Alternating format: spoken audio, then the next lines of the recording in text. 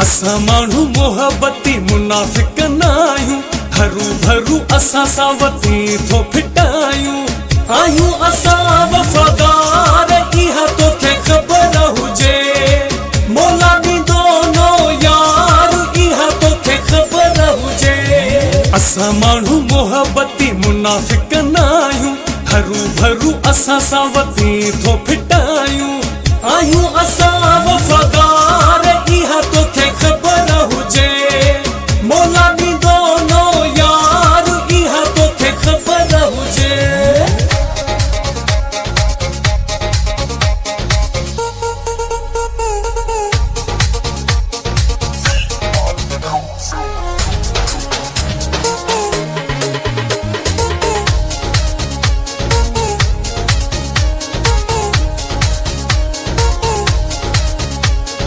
मुनाफ़िक माण्हू असां आहे कहिड़ी मोहब्बत, उनखे बि दिल ॾिसी सुठी तबियत।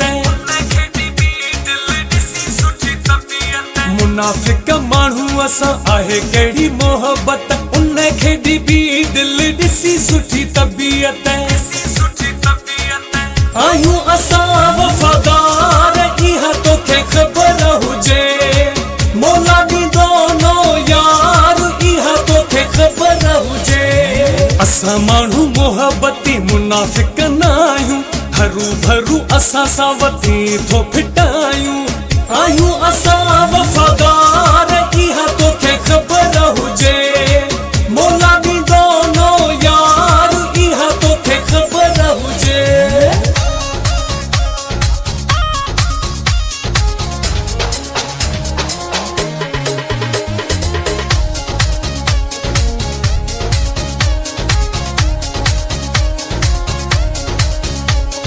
मुंह जो मिठो ऐं अंदर करो थई, हर कंहिं तॾहिं कयो त किनारो थई। मुंह जो मिठो ऐं अंदर करो थई, हर कंहिं तॾहिं कयो त किनारो थई। आहियूं असां वफ़ादार, इहा तोखे ख़बर हुजे, मौला ॾींदो नो यार, इहा तोखे ख़बर हुजे। असां माण्हू मोहब्बती मुनाफ़िक न आहियूं, हरू भरू असां सावती थो फिटायूं। आहियूं असां वफ़ादार, इहा तोखे ख़बर हुजे, मौला ॾींदो नो यार, इहा तोखे ख़बर हुजे।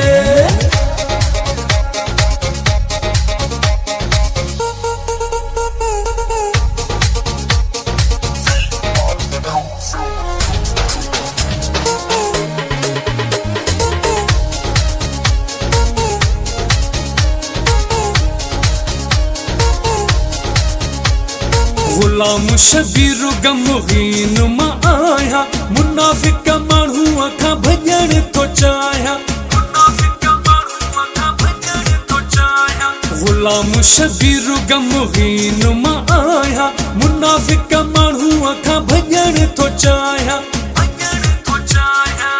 आहियूं असां वफ़ादार, इहा तोखे ख़बर हुजे, मौला ॾींदो नो यार, इहा तोखे ख़बर हुजे। असां माण्हू मोहब्बती मुनाफ़िक न आहियूं, हरू भरू असां सावती थो फिटायूं। आहियूं असां वफ़ादार।